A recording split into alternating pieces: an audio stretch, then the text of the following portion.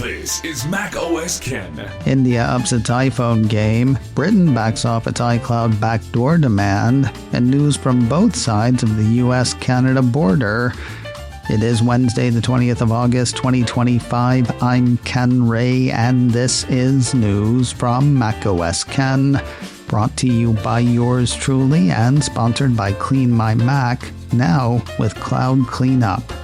Try it free for 7 days and use code macOSKen20 for 20% off at clnmy.com/macOSken. This show is also supported by people like you, patrons through Patreon.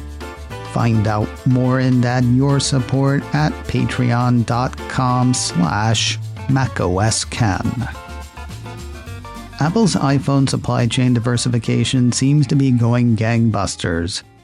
Engadget highlights a report from Bloomberg that says all 4 of this year's anticipated iPhone 17 models for the US will be starting from India. While manufacturers on the subcontinent have made all of the iPhone 16 models to varying degrees, the piece says this is the first time US-bound shipments for the entire lineup will come from India at launch. The Apple story could be turning the corner. That is the thinking of Morgan Stanley analyst Eric Woodring. I told you earlier this week of his firm's assertion that Apple's upping its iPhone orders for the September quarter. A piece from Seeking Alpha had the firm saying then that the positive revisions are because of better than expected iPhone sell-through in the June quarter, which reduced iPhone channel inventory below normalized levels and thus created a larger channel fill opportunity in the September quarter. So it's not so much excitement around upcoming iPhones as it is catching up with the usual number of iPhones on hand. Apple 3.0 ran a note from Woodring on Tuesday that had the analyst reiterating the uptick in iPhone orders, bringing shipments for the current quarter just even with shipments from the same quarter a year ago. And yet, Tuesday's note had Woodring singing an upbeat tune. Quoting that, we've had a more guarded view on Apple since March of this year, arguing that relatively tepid product growth, downside risk from tariffs, heightened regulatory concerns, and a lack of clear AI strategy was likely to keep Apple's shares range-bound. Now the analyst says he and his are turning more bullish, thanks in part to factors that they've actually brought up before. Those include pent-up iPhone demand, new form factors in the pipeline, moving past peak tariff risk, less concern around regulation near term. Honestly, the only difference between this note and the one we talked about earlier this week seems to be Woodring saying the words, "We think the Apple story could be turning the corner," and an assertion that, in the firm's view, Apple is one potential AI partnership away from breaking out. Mr. Woodring has a buy rating on Apple shares. His price target on the shares is $240. The worst kept secret from His Majesty's Secret Service has been dropped. And we know because the spy master for the US has said so. The Financial Times ran a piece Tuesday saying that the UK has backed off its demand for a backdoor into encrypted consumer data held in Apple's iCloud.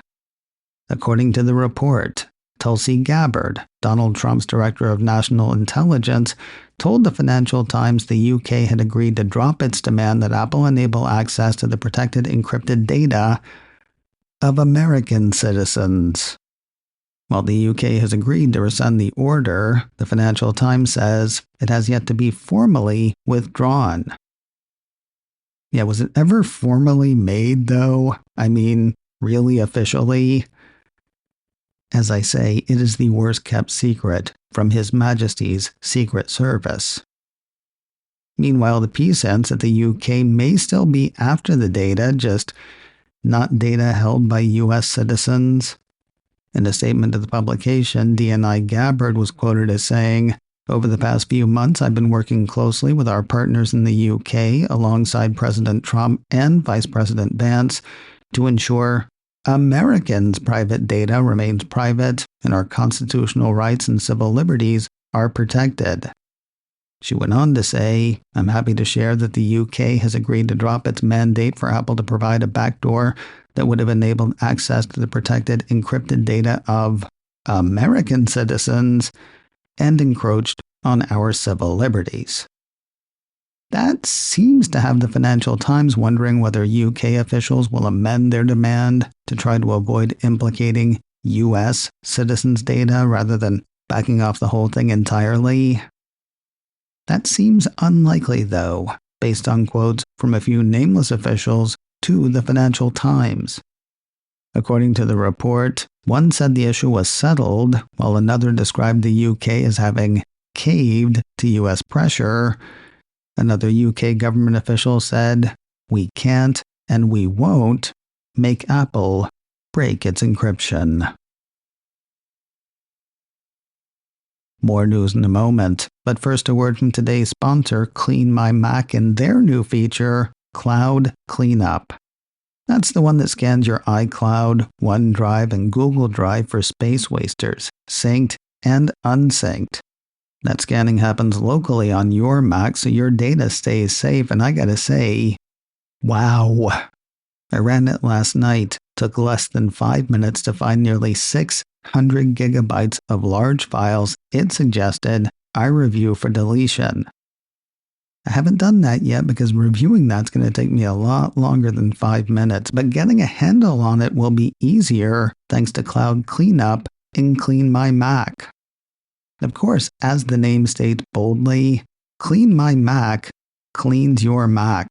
From user cache files to duplicate downloads, Clean My Mac helped me get more than 14 gigabytes of junk off my machine last night. That's over 14 gigabytes I got back. At it for nearly 20 years, Clean My Mac does what it says, helps keep your Mac clean. And you can try it for free for 7 days. Put it through its paces. Get rid of the junk. Then when you're ready to sign up, use code MacOSKen20 for 20% off at clny.com/MacOSKen. Now, I got an email from a listener yesterday letting me know you need to be really specific with that URL. Type it like I do when I'm making the show. It's clny.com/MacOSKen, like a proper noun, like the show's title on Apple Podcasts. Minus the spaces, of course. That's capital M, capital OS, capital K. Get tidy today. Try 7 days for free and use my code MacOSKen20 for 20% off at clny.com/MacOSKen, capital M, capital OS, capital K, clny.com/MacOSKen. A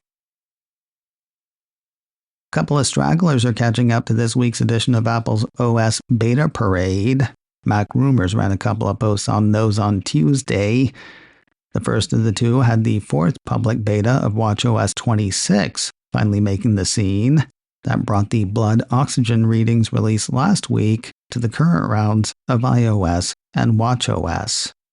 The second piece from Mac Rumors had Apple outing new developer betas for the company's hearables. Specifically, folks in the developer community can now get their ears on new firmware for AirPods Pro 2 and AirPods 4. Happenings on both sides of the US-Canadian border will start north of that, where Apple has announced the expansion of its self-service repair and genuine parts distributor programs. Apple's press release on the move says it'll bring broader access to the parts, tools, and manuals needed to repair Apple devices to individuals and independent repair professionals across the country. Another state in the union is letting citizens drop digital IDs into Apple Wallet. Cult of Mac says Montana has joined the slowly growing list of local governments making the digital switch. It's not really a switch as much as a meandering down the digital road. Still, acceptance of the digital docs does seem to be growing. They're good in over 250 airports across the U.S., according to the report. In the past, though, that's only been certain checkpoints at certain times. Your air mileage may vary.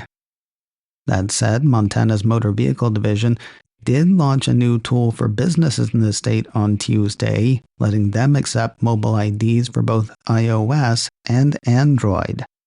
Additionally, the vehicle division does accept mobile IDs at exam stations equipped with a check-in kiosk.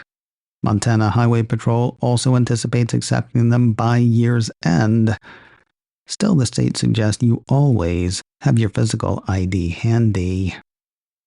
Season 2 of the Emmy-nominated comedy Palm Royale has a premiere date. Apple TV Plus issued a press release Tuesday, putting the show's return in mid-November. Season 1 followed main character Maxine as she tried to climb the ranks of high society in Palm Beach.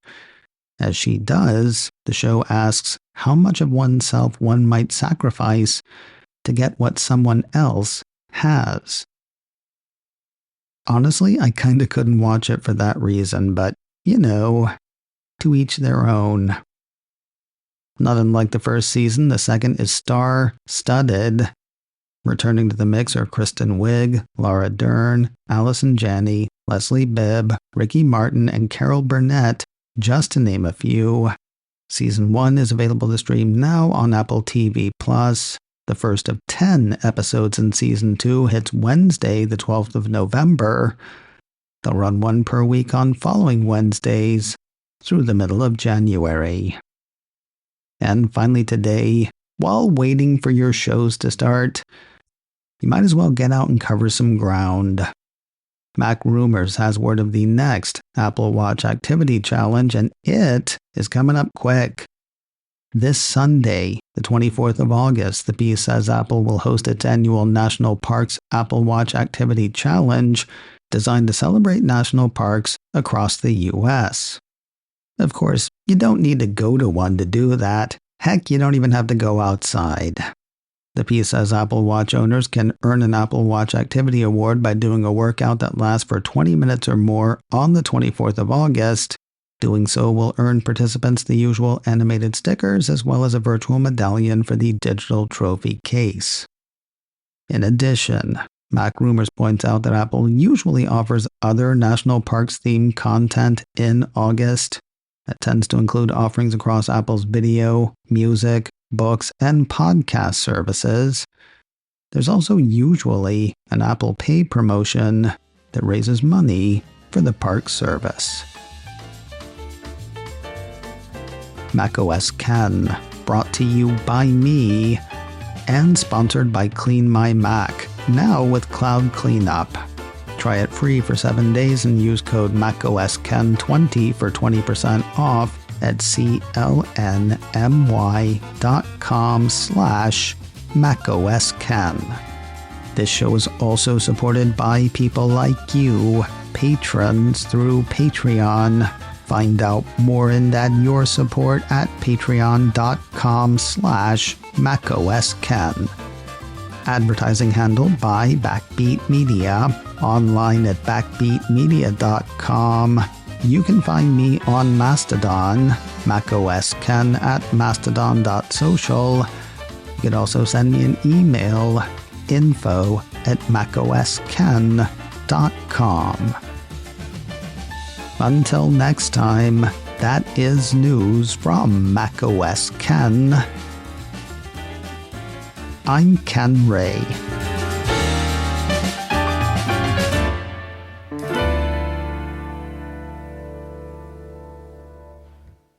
Leonard likes this post.